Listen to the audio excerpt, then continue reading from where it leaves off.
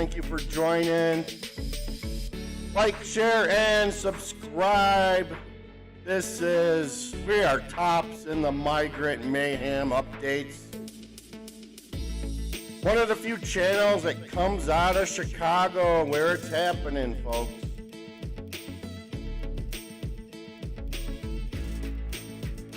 I think we've been doing this for like a month and a half now. We are experts in mayhem, believe me.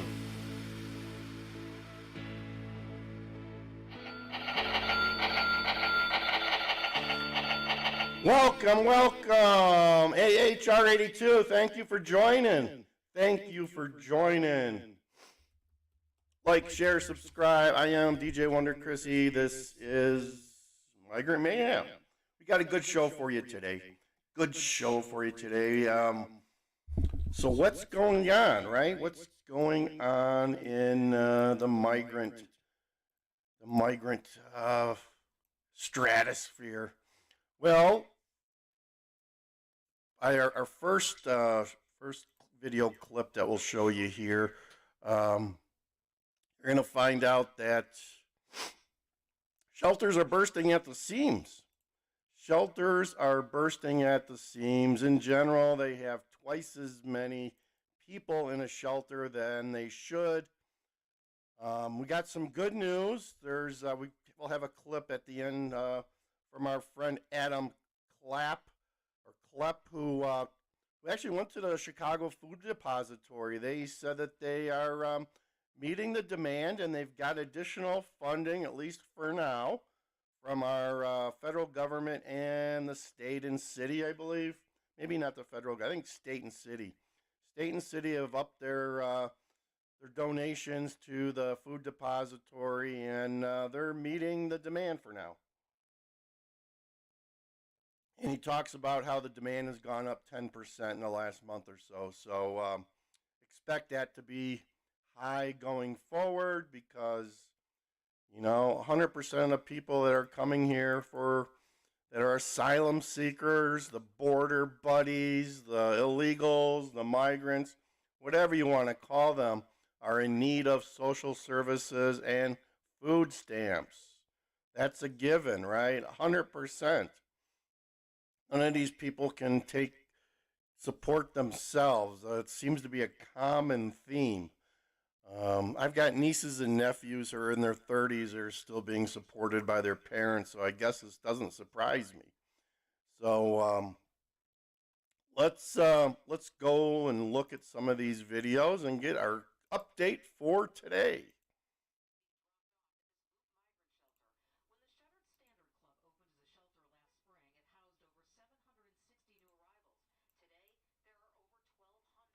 When the Gage Park Field House was converted into a shelter, residents were told it could hold as many as 250 people. Today, it houses almost 400. That shelter is bursting at the seams. We have the two original sides of the field house that were designated for men and women, and then we had to open up additional space in the basement and in the cafeteria area to put more beds in. The city's largest shelter at a Pilsen warehouse was originally planned to house 1,000 new arrivals. Guess how much this is holding now. Designed for 1,000. Yes, folks. This will surprise you. Now holds 2,500. We have 15,000 people right now in city shelters, and the growing need has made it very difficult for the city to be able to provide dignified conditions. Mutual aid groups, including Southwest Collective, have been talking to shelter residents as the groups hand out food outside. Executive Director Jamie Grath-Cyril says nobody can get into these shelters. So this is good information. Brandon, let's go Brandon and his buddies are not allowing anybody in. So some of this work that these nonprofits are doing to just find out what's going on in there, getting video, is immense. Illnesses are spreading easily. That there's not enough space for people to quarantine. The second is the medical intake. It's taking too long for people to get seen and then followed up with. Overcrowded shelters was expected. The city decompressed the police stations, and during this cold weather, new arrivals have been moved out of warming buses at the landing zone. And because the money is drying up, Mayor Brandon Johnson put a hold on opening new city shelters and paused the 60-day shelter eviction policy until February 1st. All of these shelters were designed to be temporary and try to move people out, but we've seen that come to a screeching halt with the addition of more bodies being sent here. Aldermen and mutual aid groups fear that if the city does not open new shelters soon, this humanitarian crisis can turn into a humanitarian catastrophe. Watch. So there you go. There's an update on that. We got some more videos here. Which one do we want to go with? So Texas Governor Abbott stopped sending them when we had that real cold spell. Today I think it's like 0 out, but I heard last night they were expecting 4 more buses to hit Chicago. So the buses have obviously started up again, thus the need for more space, thus the overcrowding that's going on. So let's look at the international outcry for more money and Joe Bergen to do something here. So we'll play this little update here from Fox News Chicago. Administration is expecting an earful from city mayors. They are fed up with the nation's immigration crisis as the White House blames Republicans. This comes as the Secretary of Homeland Security is facing an impeachment effort on Capitol Hill. And joining us this morning with more is Shannon Breen. This is good morning. Thanks so much for being here with us. Level. Good morning. Great to be with you. So here in Chicago, of course, we are facing rising numbers of incoming migrants as many big cities. Falling temperatures, of course, right now. Incoming! Here. So the mayor, along with New York City's mayor, is pleading for help from Washington. How is Secretary of Homeland Security Alejandro Mayorkas responding? Well, he essentially says that they are controlling the border. A lot of folks push back against that. What do you mean by control? Because Democrats and Republicans, people who don't have a party affiliation, say what they see there is disturbing. It's chaotic. And you mentioned the Democrats that are now publicly speaking out. They've been begging. They've been calling out the president, calling out the White House publicly. So it's become a very, very difficult issue for them. It polls terribly for the president, especially in the middle of a re-election campaign. And to have all of these folks out there publicly from his own party saying we are desperate and you need to get control of this is putting a lot of pressure on the White House, which gives some folks in Washington some hope that maybe these Senate negotiations over a border deal might actually be substantive and go somewhere. I don't think so. Don't expect anything in Washington to go well. Because there's a lot of pressure on the White House. Yeah, and there's been a lot of pressure on Congress to get some type of a government shutdown avoided by the deadline, which was tonight. But as we keep telling you folks, don't expect anyone to come to help you. Help yourself. Be prepared. Don't expect anyone. Let me repeat that. Do not expect anyone to come and help you. Rely on yourself and you'll be a hell of a lot better and not further down the line to self-sufficiency, and you'll be much happier. some on the far right are still skeptical of using the temporary measure again for the third time. Talk a little bit more about how you think things play out in the next day and down the road. So a snowstorm was rolling into D.C. You guys are pros there in Chicago. It's a little tougher for the folks in D.C., so they really wanted to get this thing done. They got the measure passed last night that buys them a few more weeks. But again, they'll have 12 appropriations bills to get through the House and the Senate. Can they get it done by March? They haven't gotten it done so far. So I think Washington should understand why so many of us are skeptical about this. Congress has got a 19% approval rating. And yeah, the Speaker has got a really tough situation situation in that they've got the tiniest majority they've ever held. It's the smallest majority ever in the history of Congress for the GOP. So there's not a lot to work with when you have conservatives who say, we don't want to vote for this. And many of them didn't vote for that continuing resolution last night. But they've got to find a way forward, or we're going to be doing this again in March. Yeah, and I'm sure the speaker is also looking what happened to the last speaker after he worked out a deal that incled Democrats. So, all right, enough of Washington. Let's get into everyone loves Adam. They say So we'll, others have come. let's get this one queued up for you. Adam's from Arizona, and he's spending some time in Chicago doing some reporting, and this may be a little bit dated. It's a couple days old, but he gives a good synopsis of what's going on in Chicago. So let's get this one queued up, and let me introduce our buddy Adam Clapp, who's in Chicago and having a great time. And notice he doesn't even have a coat on. He must be hot. These warming buses, they were being used for public transportation. Now they've been turned into makeshift migrant shelters, as the migrants themselves tell me they've been living and sleeping on those buses for days.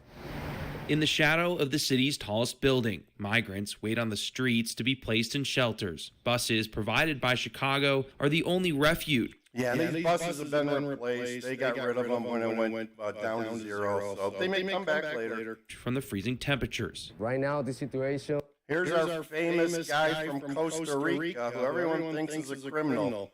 I have a tendency to agree with you, folks. This guy, there's something not right about this guy. The process to the immigration is not good. Sometimes nonprofits come by to give out water and winter clothes.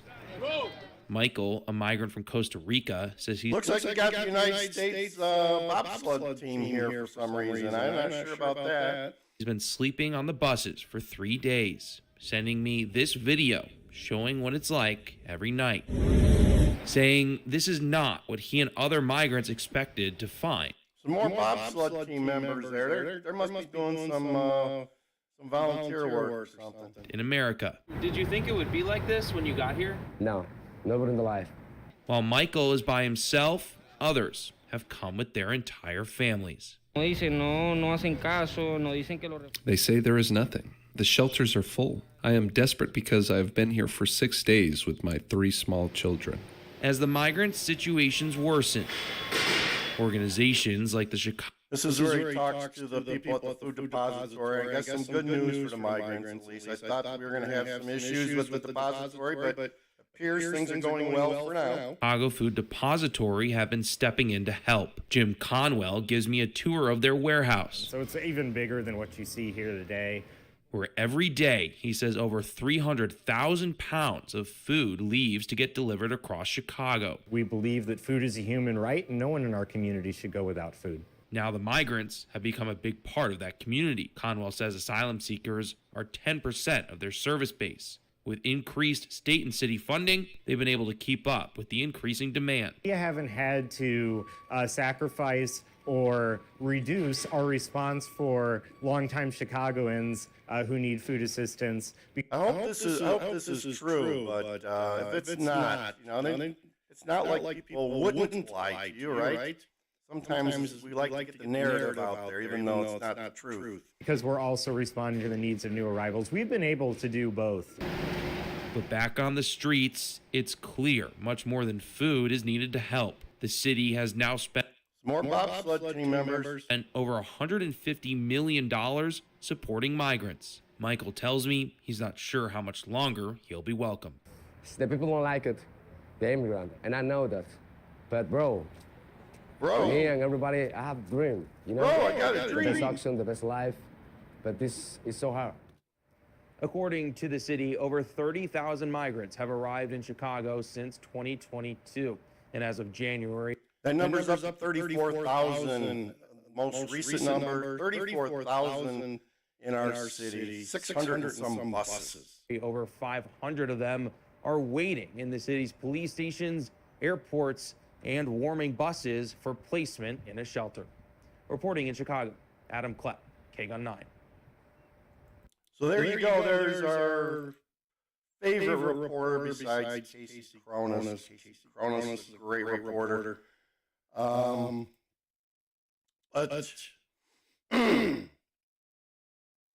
Yeah. Who would think that Costa Rica would be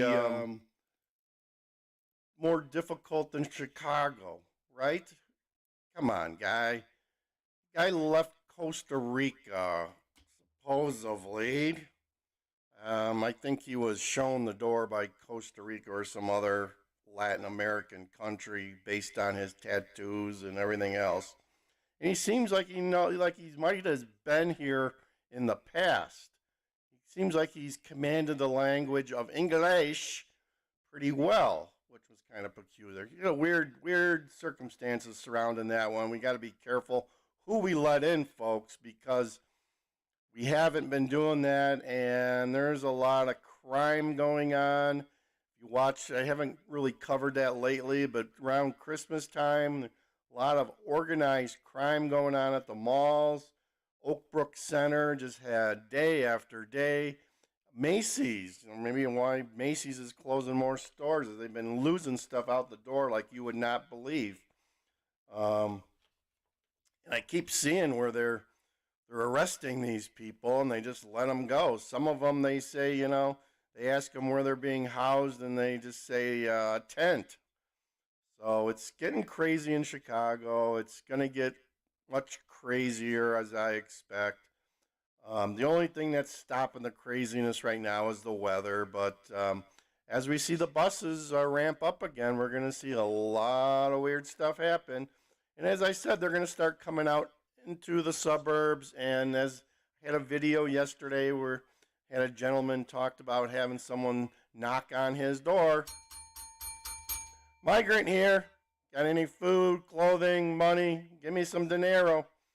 They're using their Joe Bergen phones to translate that they want more money. They're showing up at your door. It's getting crazier and crazier, folks. There's just so many migrant stories out there that I just can't keep them all straight. So thank you for joining us. I'm going to end here. I am DJ Wonder Chrissy. This is Migrant Mayhem. Check out all of our videos that we got out there. We got all sorts of. I just let go a video a couple days ago about some news about how the people in Naperville want to house migrants in their homes. Yeah, go think about that. That's just crazy. This is Land Cruiser Midwest. Like, share, subscribe. And as always, we end. God bless Donald Trump. Thank you.